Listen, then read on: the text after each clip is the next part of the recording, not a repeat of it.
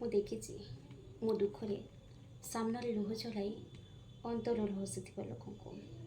ମୁଁ ଦେଖିଛି ମୋ ଦୁଃଖ ଜାଣିକି ବି ମୋର ଦୁଃଖ କ'ଣ ପଚାରିଥିବା ଲୋକଙ୍କୁ। ମୁଁ ସବୁ ଜାଣିଶୁଣି ମୁକ ବଧିରେ ସାଜିଛି, କାହିଁକି ନା ସମୟ ପଦାଉ ସାଧୁଛି। କେତେ ବିଚିତ୍ର ମଣିଷ, ପର ଦୁଃଖକୁ ତା'ର କର୍ମଫଳକୁ ହିଁ ନିଜ ଦୁଃଖ ବେଳେ ତା'ର ଗ୍ରହ ଦୋଷ ଦିଏ। କର୍ମରେ ଖେଳେ ତ ସମସ୍ତେ ଖେଳିବେ, ଏ ତ ସମୟ ଚକ୍ରର କଥା। ତଥାପି ମଣିଷ ଚେତୁନି କାହିଁକି? ନୀତି କରେ ପରଚର୍ଚ୍ଚା। ଆଜି ତୁମ ଦିନ ଚାଲିଛି, ମୋର ଦିନ ବି ଆସିବ। ସେଦିନକୁ ରହିଲା ଅପେକ୍ଷା।